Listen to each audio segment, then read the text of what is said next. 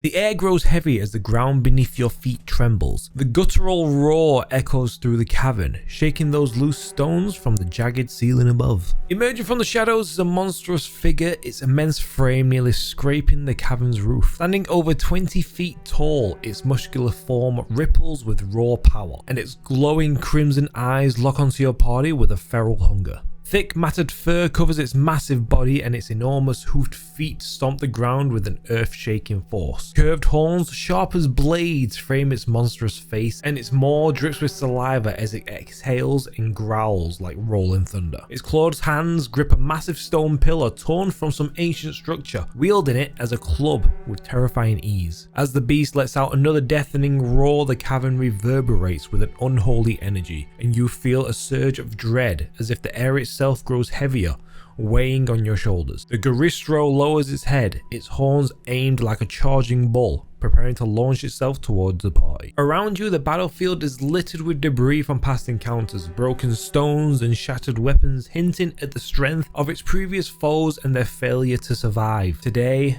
that is right, we are talking about the Goristro.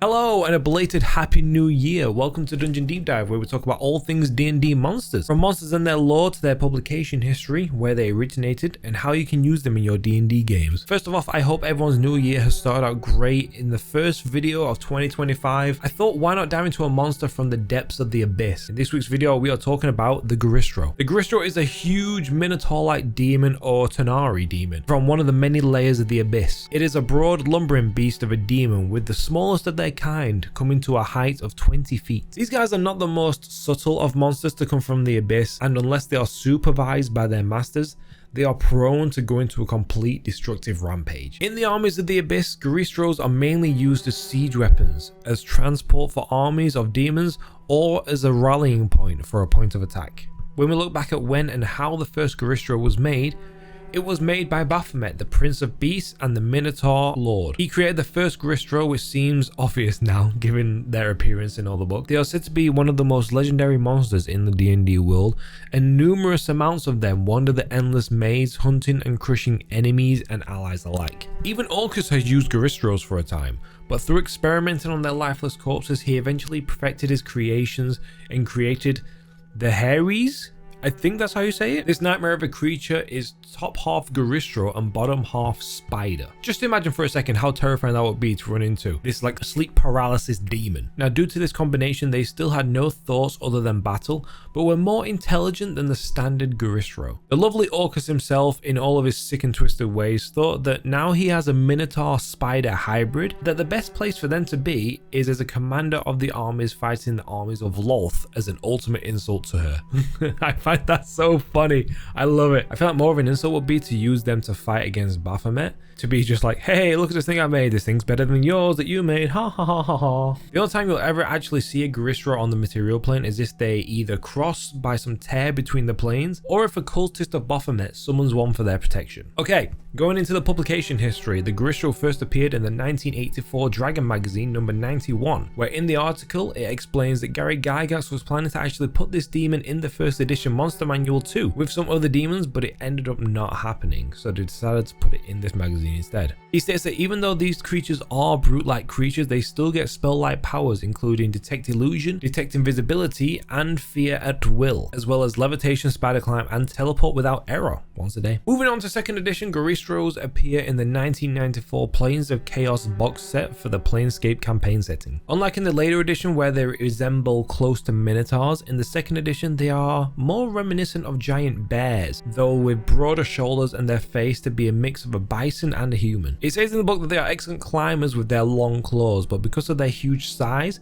they are prone to falling off the cliff faces that they climb. With this fact, they now have a fear of the spells Bigby's Forceful Hand, Dig, Fly, Levitation, and other spells that knock them from giant heights, which I find quite funny. They have a fear of levitation when it's a spell that they can actually cast. It says that with this fear, the best countermeasure against a Goristro is an Arcanloth, which is the fiend with the features of a jackal or a war dog and are well versed in the ways of the arcane. In the blood war between demons and devils, Goristros are used as siege weapons, but some are also made into Goristro cathedrals, which is a platform that is strapped to the top of the head and shoulders of the creature, kind of like a helmet, and it can hold up to 4 riders depending on their size. They also appear in the 1996 Monstrous Compendium Annual 3, with all the same info as the Plane of Chaos box set. Moving on to 3rd edition, there doesn't unfortunately seem to be a stat block for the Goristro, but there is some information on the creature. There are thriving communities of Goristros and other creatures in the endless maze of Baphomet, in the infinite layers of the abyss, so many that they would even revere Baphomet as a patron deity. Some even eventually leave the infinite maze of the abyss to go and spread the word of their lord and savior Beast Daddy. On occasions, Goristro wander the outer hallways of the great maze,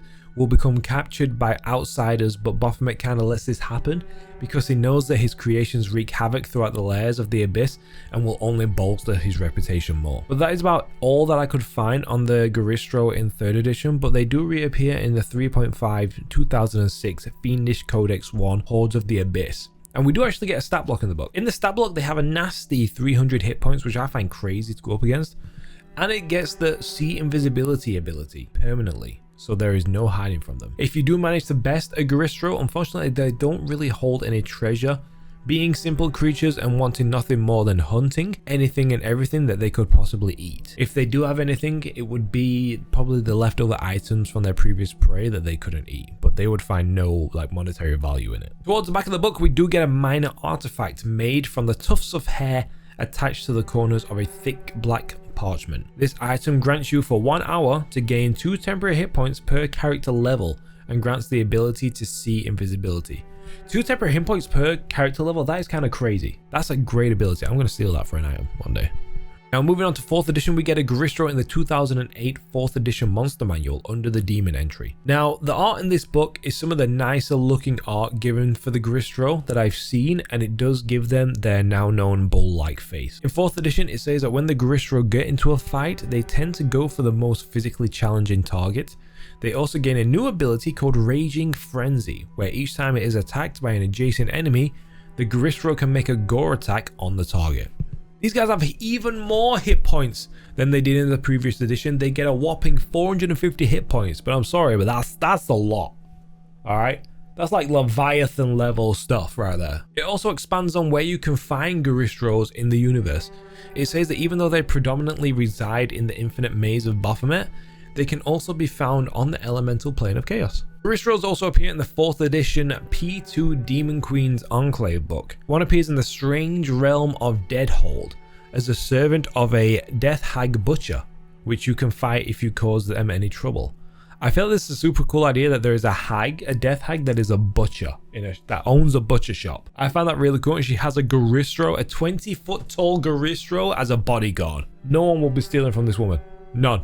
Now finally, we move on to 5e. Goristros appear in the 2014 monster manual, where nothing is really added to the lore of the creature, but we do get an updated 5e stat block that we will go over in a second. You also get a very brief mention in the Mordenkainen's Tome of Foes, but that is only when the book is talking about who Baphomet controls. Okay, so we've gone over all the publication history that I could find on the Goristro through all of the editions. Now let's go over the stats for the creature in 5e and how you can use them in your games. Starting out with the armor class of this huge fiend, it has an AC of 19 and 310 hit points. It has a walking speed of 40 feet, and I would say some pretty above average stats. It has some high saving throw stats in strength, dex, con, and wisdom, and also has a damage resistance to cold, fire, lightning, as well as resistance to bludgeoning, piercing, and slashing damage from non-magical weapons.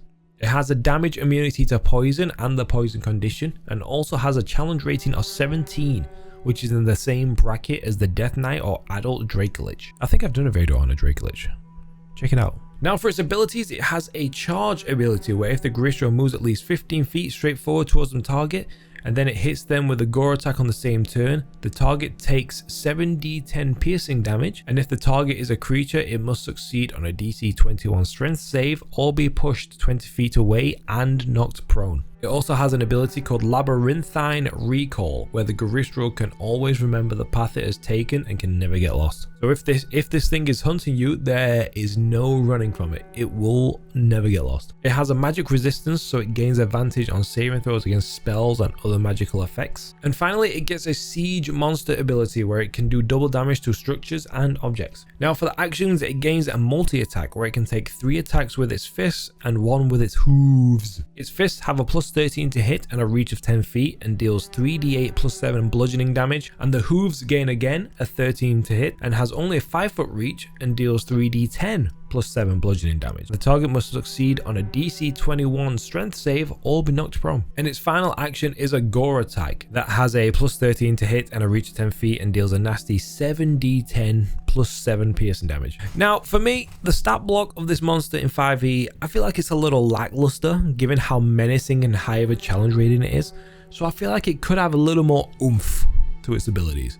So I've gone ahead and made a couple of variants of the Goristro just to spice them up a little bit. One variant I've come up with is probably my favorite, is the Crystal Horn Goristro that was created by Grazit, I think that's how you pronounce it, to serve as weapons against spellcasters as well as a brute. I've given them the same stats as the normal Goristro, but I've added a few abilities. One is called Reflective Hide, where when targeted by a spell, the Crystal Horn Goristro rolls a d6, and on a roll of a 5 or a 6, the spell is reflected back at the caster as though it originated from the Crystal Horn Goristro. I imagine this is like a normal Goristro, but it's like body is inlaid with like reflective crystals around the body that could ricochet spells off. I found that a really cool idea. I also gave it the trampling charge ability instead of just the standard charge ability, where the Crystal Goristro moves at least 20 feet straight forward, and a creature that it hits with a gore attack on the same turn, the target must succeed on a DC 21 strength save or be knocked prone, and if the target is prone, the Goristro can make a stomp attack against it as a bonus action. I feel like that over the normal charge makes it feel a little bit more deadly. The second variant that I came up with is the Blight Horn Goristro, where this one was created by the Demon Lord Zuktamoi.